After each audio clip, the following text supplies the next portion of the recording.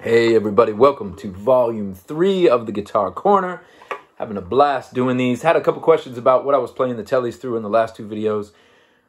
Sparing you the rant about gear being so secondary to what we play in our fingertips and hearts and minds. It was a Boss Super Overdrive Distortion, a little Boss Chromatic Tuner, Ocean's 11 reverb into a couple of old Fender amps. We'll get more into detail on that stuff later. But I want to play you something off the Requinto. I bought this for $300 at Nashville New and Music. They're great over there. Oscar Schmidt makes these. They're a lot of fun. Usually when I get on one of these, I want to play all the stuff I played in those other videos. The dyads.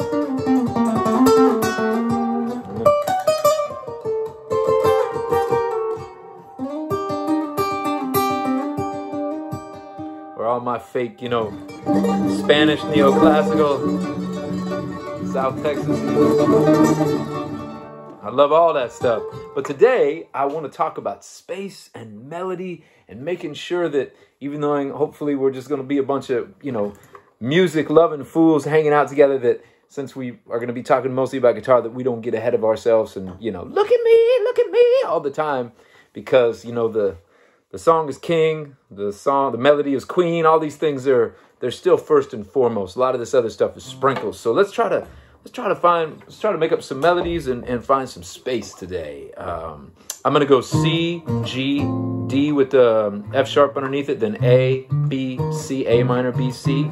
But I'm gonna do my mostly suspended chords. So here we go.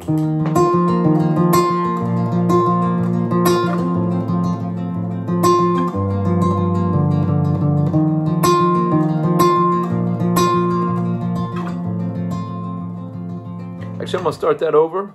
Kind of messed it up. One more time.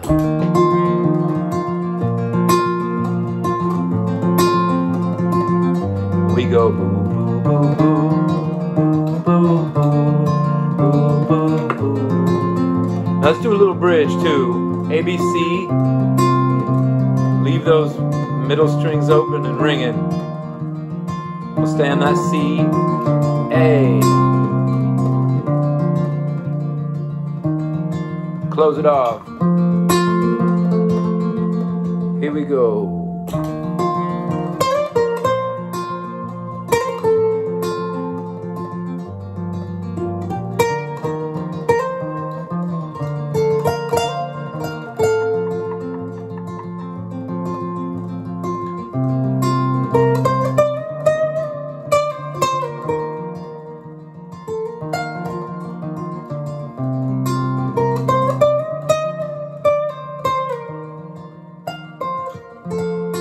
Second time.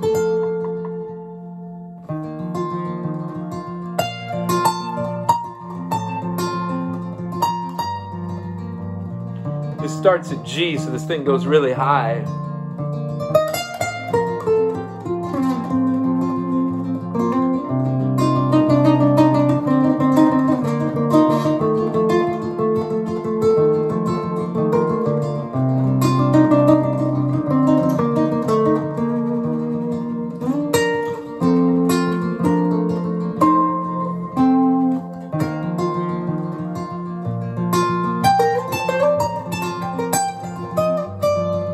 Talked about playing a melody and then I just went off.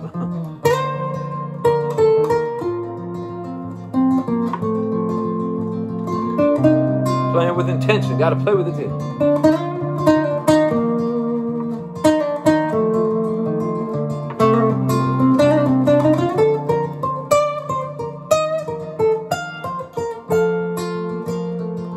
One more time.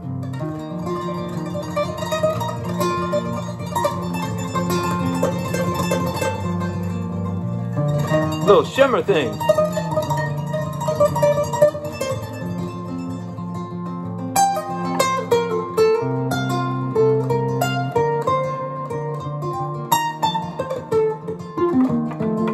I should have had a pick.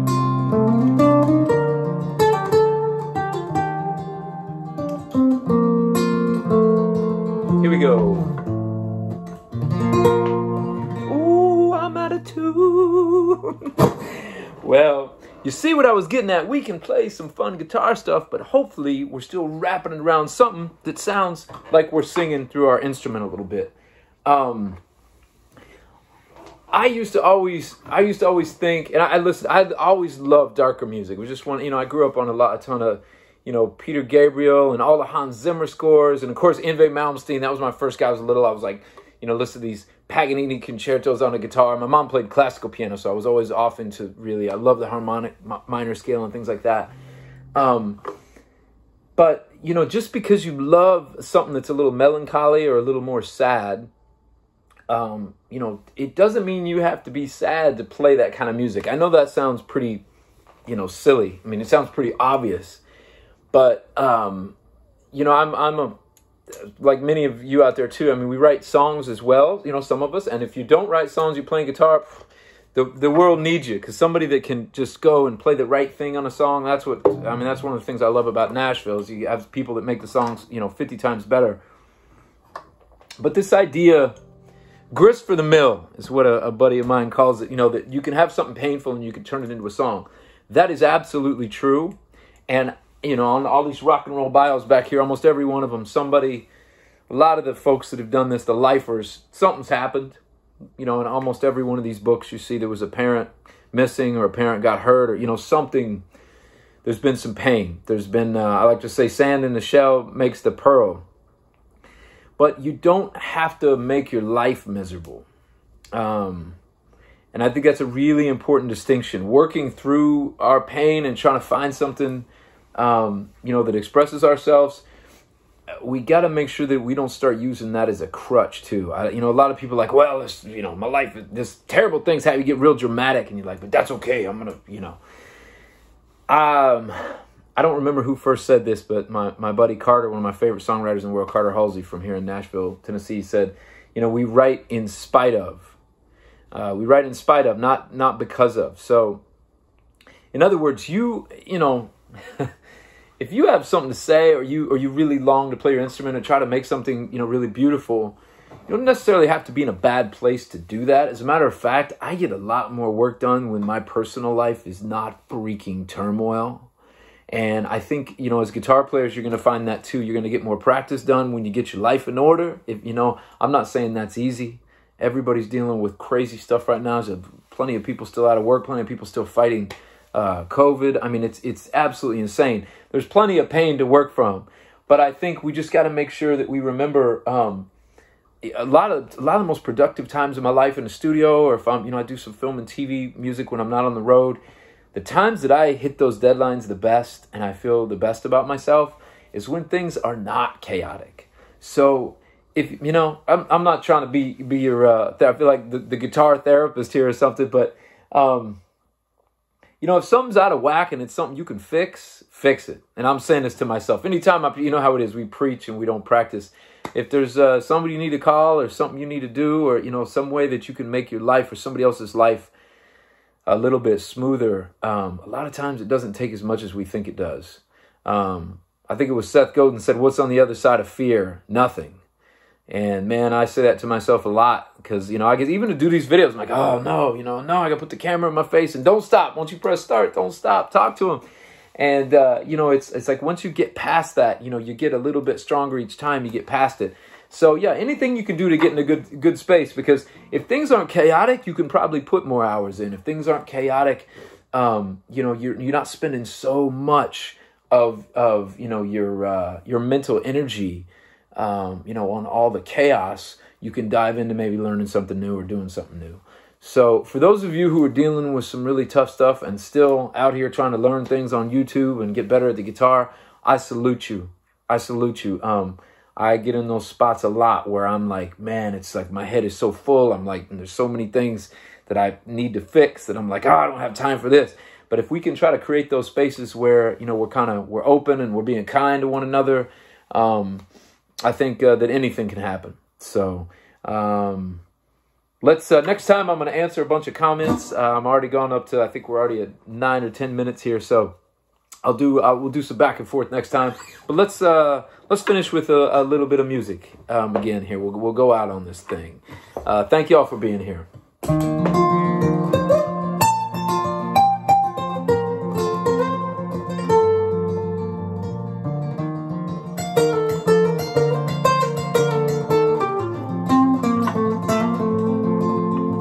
try some octaves. We talk about those. A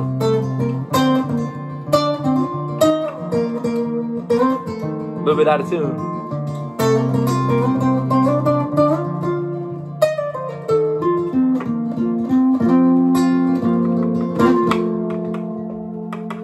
Gotta take my rings off when I do this.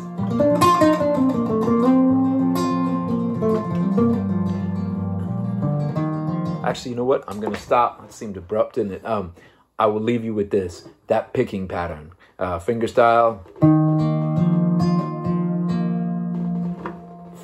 5, 2, the strings, 5, 2, 4, 3, 4, 2.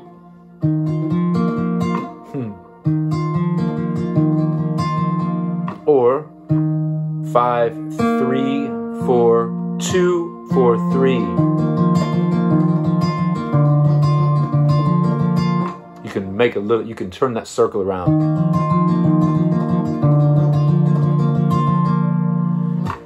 Kind of get it in a roll, and you can do that with any chord.